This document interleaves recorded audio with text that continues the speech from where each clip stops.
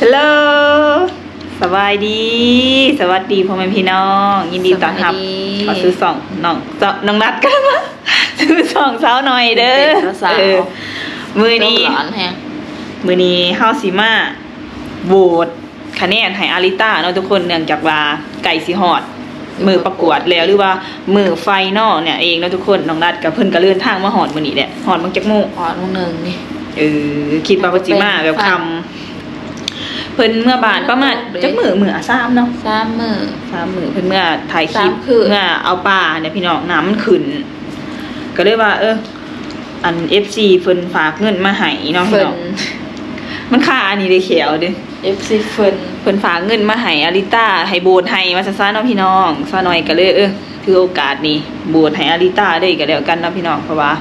อีกประมาณยังอีก3มื้อเฮาก็เลยขึ้นไปเสียนะมื้ออื่นเนาะเฮามื้อเนาะมื้ออื่นเฮาสิออกเดินทางเนาะพี่น้องไปเสียอาริต้าเพราะว่ามื้อประกาศผลมื้อประกวดให้แม่นมื้อวันที่30เดือน9 2025เนาะพี่น้องผู้ดีมื้ออื่นเฮาก็สิได้เดินทางก็สิมีไอ้เพิงน้องลัดสาวน้อยแล้วก็ไผอีกเฮ้ยสิไปนำน้อยเบาน้อยเบาอยู่บ่อยู่โหบางทีก็ไปบางทีประมาณ 4-5 คนนี่แหละก็ซับปูดิไปบ่ว่าสิแซ่ทางอยู่บ่หั่นเพิ่นว่าเพิ่นสิมาเขามาหาได้มื้อนี้ฝนตกซะมันแซ่บาสิมาดินน่ะหั่นแหละว่าสิมาเดี๋ยวสิแซ่ถามซาวปูก่อนเนาะพี่น้องว่าเพิ่นสิได้ไปนำบ่ก็มานอนอยู่ห้องติสิมานอนนเบิ่งก่อนนอนอยู่ห้องนึงโบจะได้ก็เฮ้ยโอ้ยข่อยโบตอนนั้นขนมก็โบฟรีเดี๋ยวเฮาสิมาโบดกันเลยเนาะพี่น้องโบดฟรีจังได๋โบด 10,000 มื้อนั้นโบดลองโบด 10,000 เนาะมื้อนั้นอันนั้นพูนนี่เนาะในเพจก็พูนสิบันทึกจะได้บ่อันบ่บันทึกตรงนั้นมันยากบ่บันทึกก็ได้เนาะเฮาสิโบดแล้วก็ให้เบิ่งนี่สิเอาซะพี่น้องอ่านคำเข้าใจเพราะว่าตอนนี้ทุกคนบอกอีกก่อนหน่อยนึงตอนนี้คะแนนPJ01 เนาะอายุ18ปีเขาเจ้าตอนนี้สิแซงอาริต้าแล้วเนาะทุกคนเอามาเบิ่งมือหันของรัฐเขาเบิ่งเขาสิเขาหารคำเข้าใจเพราะว่าคะแนนเขาเจ้าสิฮอดอาริต้าแล้วพี่น้องหารคำเข้าใจดีนี่เดี๋ยวสิให้เบิ่งพี่น้องตื่นเต้นขนาดนี่ทุกคนป้าอาริต้าตอนนี้นำเข้าแล้ว20,000เนาะ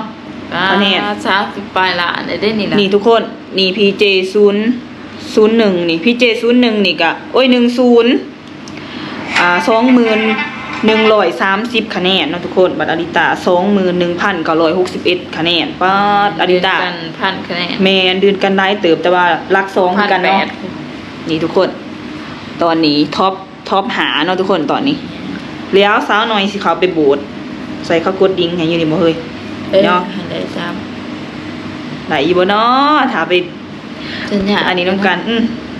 เข้าไปได้อาริต้า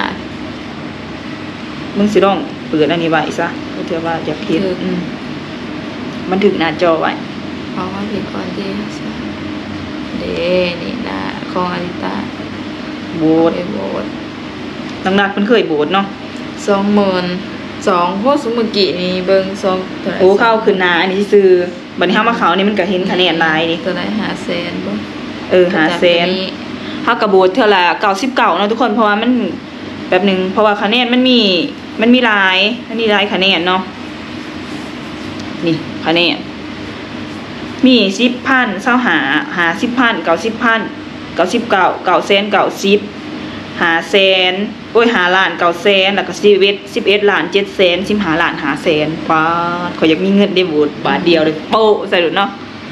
เฮาสิโหวตเทื่อละ99,000เนาะพี่น้องเพราะว่าเงินเฮามี500,000กีบเนาะพี่น้องนี่เนาะเฮ้ยจับที่นี่บ่เฮ็ดจังได๋นี่มันก็บ่จื้อจ่ายเปิดแอปนี่เนาะนี่กดตัวนี้บ่นี่เนาะดีบูดไปแล้วเถื่อทำอีทนะทุกคนกริ้งไปแล้วมาบูดใหม่อีกเนาะจับสิอีกบ่เดี๋ยวออกก่อนมันบ่ได้มันจำมันนี่บ่ได้จำเท่าไรโอเคเนาะการสิจำ900,000ก็ เงินใน เงินบ่พอ บัญชีของทานบ่เพียงพอ มีแต่500,000เนาะมีแต่เงินอาริต้าเนาะพี่น้อง เดี๋ยวเงินโอนให้ แมนนี่เถือที่สองไปแล้วตรึงไปแล้วมาเถือที่สามบัดนี้ออกก่อนก็บ่ได้ยากเนาะทุกคนโบสง่ายๆเลย มีแต่เข้าใจผ่านบัญชีเลยพี่น้อง เนี่ยมันจอมีแอปธนาคาร แม่ อยู่ในโทรศัพท์จอก็สามารถจ่ายแอปนั้นได้เลยทุกคนมันมีการค้าแล้วก็ธนาคารJDB กับอีกอย่างว่าอีกอัน นี่เถือที่สามจักเถือหาเถือเนาะ อืม เถือที่สามมาบัดนี้เถือที่สี่บัดนี้ดีแต่ว่าสัญญาณแห้ง ดี นี่มัน มันก็ขึ้น200คะแนน นี่เถือที่สี่นี่ ฮัลโหลอันนั้นเลยตัวจะเอาไฟฟ้าในตารางจะ นี่ทุกคนเธอจะเถื่อเลยซีเดี๋ยวบอกน้องลาดเดี๋ยวซะหน่อยเบิ่งก่อนเดี๋ยวพี่น้อง ในโรงใส่เครื่อง หนึ่ง ดอกแซ่บแน่ สอง ดอก สามสี่อ่ะบาทซื้อถ่ายวันนี้พี่น้องเถื่อซื้อถ่ายได้เด้อ โอเคไปตอบแซ่บวันนี้ตัวหาจ้ะ เถื่อซื้อถ่ายเพราะว่าเข้าใจเถื่อละ99ห้องกดหาเถื่อเนาะพี่น้องนี่แต่ก็โอนอีก10บอกนี่ครบแล้วเด้อพี่น้องซาหน่อยโอนโบสถ์ไฮอาริต้าแล้วเนาะ บัวหาเถือถือกอยู่ 490 แม่นตะวะแม่น เอ ดี อ บ่ ก็15,000 ยังหาพลาดมันบ่มี บ่เป็นหยังเนาะพี่น้อง แถม แถมเลยอีว่าสิบอกจังได๋วะเขาว่าสิบอกยังเอาหนึ่งนี่ทุกคนเพราะว่าไก่สีฮอดมืออาริตาประกวดแล้วเนาะฝากทุกคนไปโบสถ์ให้อาริตาได้เด้อโบสถ์คือแบบซะหน่อยเฮ็ดนี่แหละพี่น้อง มืซิ่งก็ได้พี่น้องแบบมือซิ่งคือสิดุเดือดขนาดนะ นี่สิให้เบิ่งอาริตามือเพิ่นซ้อมทุกคนเกิดอุบัติเหตุอาริตาส่งให้เบิ่งเดี๋ยวสิให้เบิ่งนี่พอรถอีโตนเพิ่นย่างซ้อมแล้วล้มทางดึกแบบต้องรัดไปแต่อีโตนอาริตาให้มันติสาวน้อยจะตกใจพี่น้องย่านอาริตาอันขาผิกนี่ทุกคนเห็นอยู่บ่ เอาเสียงลงพี่สาวติด เห็นอยู่พี่น้องนี่บอกอาริตาบ่ จะบันทึกจออยู่ตัว เดี๋ยวจะสิบันทึกจอซะ บันทึก เกือบจนฮักพี่น้องเกือบจะว่าจักนิ้วจะว่า มันหักหรือมันขาด ขาดแล้วก็ฮักโดนแหละแบบว่าอาริตาเพิ่นสิไปติดกาวเพราะว่าบ่ต้องไปติดดอกสื่อตัวใหม่เนาะเพราะว่าถ้าว่าติดบัดนี้เวลาเฮาย่างระยะมันล่มอีกแล้วมันสิฮักนะเพราะว่ามันบ่แข็งแรงคือ ขั้น เก่าแล้ว สิติดก็เอาไว้ใส่แบบไปดอก แม่น ไปย่างซาบ่ดอกไป เพิ่นจนแบบให้เพิ่นแซดมาบ่ว่านี่เพิ่นแซดในเรื่องโบสถ์ให้คะแนนเพิ่นว่าโบสถ์ให้อาริตานี่เพราะว่าตอนนี้เขาสิซิ่งเขาสิแซงก็เลยว่าเพิ่นไปแอบซ้อมนะทุกคนบ่เคยเป็นจักเทื่อมาเป็นมื้อวานนี่จังว่าเพิ่นล้มดีแต่ว่าขาหันบ่พลิกเนาะพี่น้องสาวน้อยจะตกใจนำย่านแบบว่าเจ็บขาแล้วแบบว่าประกวดบ่ได้นะเฮ้ยแบบน้อมันก็มีอุปสรรคหลายนะทุกคนจังว่าโอ้ยใครแน่แต่ว่าบ่เป็นหยังพี่น้องมีแต่เกือบขาดพอดีก็สาวน้อยก็เลยให้กำลังใจเพิ่นเนาะว่า หน่อยนึงและ หอดมือประกวดบ่ต้องตื่นเต้นหยังหลายเด้อบ่ต้องแบบกดดันตัวเองให้ตัวสบายซะหน่อยก็บอกเพิ่นหลายอย่างเนาะทุกคนเพราะว่าบ่อยากให้มันเกิดขึ้นอีกสินะมันผ่านได้ดีอันนี้ยังว่าแค่ซ้อมมีซื้อนี่ยังว่าขาผิกนี่ อันนั้นมือประกวดเทะได้ย่านได้ยาง แม่น ย่านสั่นตื่นใหม่แน่กับอันนั้น จะได้ก็ฝากพี่น้องไปโบสถ์ให้อาริตาได้เด้อเพราะว่าไก่สิฮอดมือไฟนอลนะเนาะทุกคนวันที่30นี่อีก2มื้อมื้ออื่นเฮาก็สิได้เดินทางเนาะหลายคนหลาย FC ว่าเฮาคือไปหาอาริตาจักเทื่อหั้นนะเฮาถามือเนาะทุกคน มือไก่สั้น แม่นไก่สิ ไป ฮอด ไว้ก็บ่มีเงินเอาง่ายๆเอาตรงๆ แม่ ซะ เขาสิไปไว้ก็บ่มีเงินอีกอย่างอาริตาก็บ่อยู่อาริตาไปโศก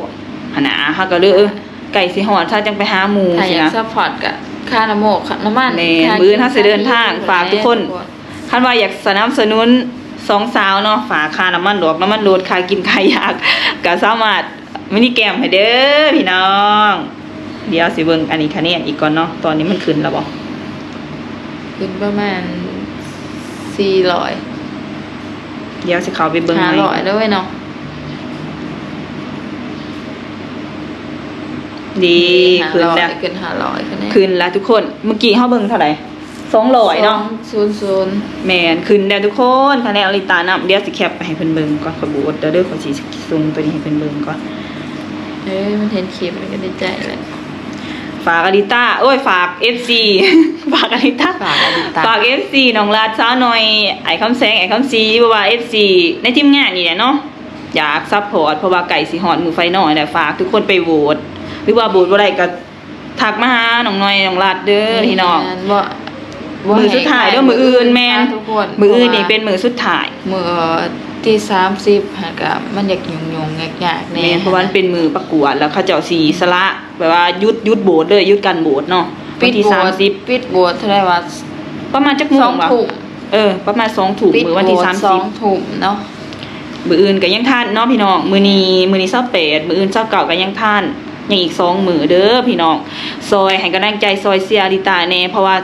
อยากให้หมู่ได้รางวัลป๊อปปูล่าอันนี้นะพี่น้องรางวัลแบบว่าโหวตคะแนนโหวตแบบควรใจมหาสุดนี่สินะแบบ BFC หลายคนแล้วก็โบนให้สิได้อยากให้หมู่อยากได้รางวัลทำอิฐนี่สินะก็แบบเฮาก็ดีใจว่าซั่นเนาะพี่น้องแล้วก็ต่อไปเฮาก็ขึ้นกับอลิตาขึ้นกับความเก่งความสามารถเนาะขึ้นกับอลิตาเองเด้อว่าอลิตาสิเฮ็ดได้บ่เนาะฝากทุกคนไปติดตามไปเชียร์ไผมาเป็นตัวอย่างเลยย่างมากเป็นงานกับ ขี้รักมาก คือ สิว่ายังว่าต่อหรือว่าทุกคนบ่ไหลไปเบิ่งโดยตนเองก็สามารถ เบิ่งไลฟ์สด ได้สดหรือว่าทางส่องหานคำพอใจพิมพ์เข้าไปเนาะหรือว่าถ้าติดตามคลิปน้องหน่อยน้องรัดเนาะสิถ่ายลงYouTube ฝากพี่น้องไปเบิ่งเด้อมื้ออื่นเฮาสิออกเดินทางเนาะจะได้ก็ฝากพี่น้องเป็นกำลังใจให้อาริต้าน้องรัดสาวหน่อยเด้อพี่น้องบายบัดนี้คลิปนี้สาวหน่อยก็สิลาไปก่อนเด้อเพราะว่าหอบสุดท้ายเนาะที่สิโบนให้อาริต้าเพราะว่ามื้ออื่นเฮาก็สิออกเดินทางไปเบิ่งอาริต้าประกวดโอ้จะสิตื่นเต้นซะแล้วนะเฮ้ยขอตื่นเต้นแฮงตอนนี้ขย้อนแบบเบิ่งเพิ่นสอบแบบเซฟๆซื่อๆยังแบบขนาดน่าตื่นเต้นขย้อนสิไปเจอแบบเฮาไปนั่งอยู่หน้าเวทีอะนะโอ้ย คนคือสิหลาย คนคือเพราะว่าบ่ได้เสีย ขาจัอยู่อันนั้นเด้อพี่น้องฮอพิพิธภัณฑ์ อยู่สวรรค์ เขต อยู่ในสวรรค์เลยตัวเมืองเลยพี่น้องผู้ได้เป็น FC เขาไปรับส้มเบิ่งฟรี บ่ได้เสียค่าอันนั้นเขาวส้มเนาะพี่น้องรับส้มฟรีอู้คนคือสิโลดเฮาตกไปตะเวนนี่ได้เพราะว่าญาติบ่มีบ่อนหนังเฮ้ย เพราะ เนาะ ก็เสียนี่แน่แล้ว เดี๋ยวเฮาก็สิบางเทื่อ อันนั้นแมตติจองที่นั่ง ได้สมบ่ว่าหลายเขาจองหั่นคันหูจักกับเขาหั่นก็สิได้คันอดิตาจักกับ ได้เพิ่งเงินแหละ เนาะเพราะว่าอันแฟนเมียไอจิมบีเด้ อืม อดิตาจักกับเราหั่นเด้ก็จะให้เราแบบจองตู้ไว้ให้เนาะวันนางวันหยังหั่นนะ ถ้าก็ไปซื้อไว้แต่ พี่การ์ตูนก็ว่าอยากมาแล้วหั่น เออ แต่ว่าเราค่ามันไกล ไกล เราอันอยากมาเสียอดิตา แต่ว่าเบิ่งก่อนแล้วว่า มันยุ่งมันยากแน่แล้วขามดอกขามลา นั่ น นแหละ นั่นแหละถ้าเราสิมาแล้วก็ต้องมามื้ออื่นเดินทางออกไปเสาร์ เดี๋ยวซะหน่อยสิเซต ซะหน่อย ถามพี่ สวรรค์ การ์ตูนอีกพี่น้อง พี่การ์ตูนต้องมานอนอยู่สวรรค์ แม่น จังสีท่าน มีแต่ว่ามื้ออื่นนี่เฮาออกเดินทางเดี๋ยวเฮาก็สิให้ไอ้เพิ่งไปจอดให้เฮาอยู่จอดลงทันเจ๊ขาวครับเพราะว่าเฮาสินอนทันเจ๊ขาวเนาะพี่น้องนอนอยู่หั่นคืนนึงแต่มื้ออื่นตอนแรกเฮาก็สิข้ามเขาสวรรค์ขี่รถเจ๊ขาวไปเนาะไอ้เพิ่งหันไปต่างก็ได้เนาะไปเจอกันในพุ่น เผิง แม่น จะโรงพยาบาล เฮาหันสินอนทันเจ๊ขาวกับน้องรัดเนาะพี่น้องแต่ว่าบัดเขาไปสวรรค์แล้วคันมาลึกเฮาก็นอนอยู่พุ่นเนาะ ค่ะ เผิงว่าบางทีก็คันมัน บ่เลิกก็กลับ บ่เลิกก็กลับเลยแล้วว่ะ หาเบิ่งตัวจริงไปน้ำกันเนาะพี่น้องปะคลิปนี้ซะหน่อยก็สิเอาไว้สำนี้เด้อเว้าหลายนี่เดี๋ยวนี้ ผู้ร้ายจะได้จะ10 ป่าย 12เถื่อ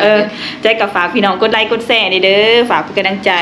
ฝากเบิ่งโฆษณาหรือว่าฝากกุดซุปเปอร์แตงให้เด้อพี่น้องพอกันใหม่ EP หน้าหรือคลิปหน้าสบายดีบ๊ายบาย บาย